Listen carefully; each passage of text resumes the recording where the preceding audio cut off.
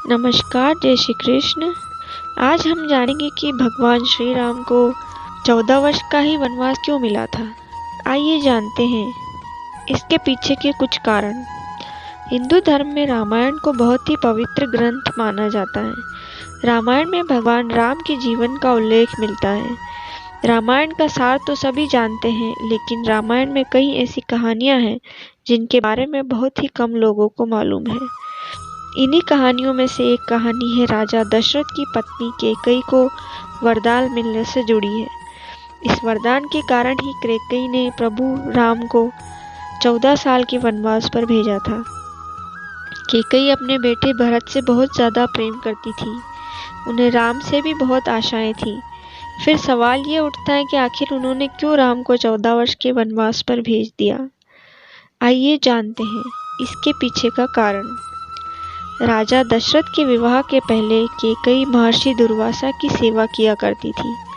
कैकेयी की सेवा से प्रसन्न होकर महर्षि दुर्वासा ने कैकेयी का हाथ वज्र का बना दिया था और आशीर्वाद दिया था कि भविष्य में भगवान तुम्हारी गोद में खेलेंगे। समय बीतता गया और कैकेयी का विवाह राजा के साथ हुआ। कई सालों के बाद स्वर्ग में देवासुर संग्राम प्रारंभ हो गया। देवराज इंद्र ने राजा दशरथ को सहायता के लिए बुलाया। रानी कैकेयी भी महाराज की रक्षा के लिए सारथी बनकर देवासुर संग्राम में पहुंची थी। युद्ध के दौरान महाराज दशरथ के रथ के पहिए की कील निकल गई थी और रथ लड़खड़ाने लगा था। ऐसे में कैकेयी ने कील की जगह अपनी उंगली लगा दी थी और महाराज की जान बचाई थी। राजा दशरथ कैकेयी के युद्ध भूमि में साहस से बहुत प्रसन्न हुए और उन्होंने 2 वरदान मांगने के लिए कहा। कैकेयी ने उस समय प्रेमवश कह दिया कि इसकी ज़रूरत नहीं है, अगर कभी ज़रूरत होगी तो मांग लूँगी। कैकेयी ने राजा दशरथ को इसी वरदान के जाल में फंसा लिया और राम के लिए 14 वर्ष का वनवास मांग लिया। लेकिन राम के लिए कैकेयी ने 14 वर्ष का ही वनवास क्यों मांगा, इसके पीछे कई राज हैं। कैकेयी ने राम के लिए 10, 12 या 13 नहीं बल्कि 14 साल के वनवास पर भेजा था, क्योंकि वह प्रशासनिक नियम भी जानती थी। त्रेता युग में उस समय प्रशासनिक नियम यह था कि यदि कोई राजा अपनी गद्दी को 14 साल तक छोड़ देता है तो वह राजा बनने का अधिकार खो देता है। यही वजह रही कि कैकेयी ने राम के लिए पूरे 14 वर्ष का वनवास मांगा। इसके अलावा एक कारण और है, उसका संबंध एक श्राप से है। नारद मुनि के मन में एक सुंदर कन्या को देखकर विवाह की इच्छा जगी। नारद मुनि नारायण के पास पहुँचे और हरि जैसी छवि मांगी। हरि का मतलब विष्णु भी होता है और वानर भी। भगवान ने नारद को वानर मुख दे दिया। इस कारण से नारद मुनि का विवाह नहीं हो पाया। क्रोधित होकर नारद मुनि ने भगवान विष्णु को शाप दे दिया कि आपको देवी लक्ष्मी का वियोग सहना पड़ेगा और वानर की सहायता से ही आपका पुनः मिलन होगा। इसलिए भी श्री राम को वनवास जाना पड़ा। प्रभु श्री राम के वनवास के पीछे एक रहस्य यह भी है कि एक बार राजा दशरथ और बाली के बीच युद्ध हुआ। उस समय रानी कैकेयी भी राजा दशरथ के साथ थी।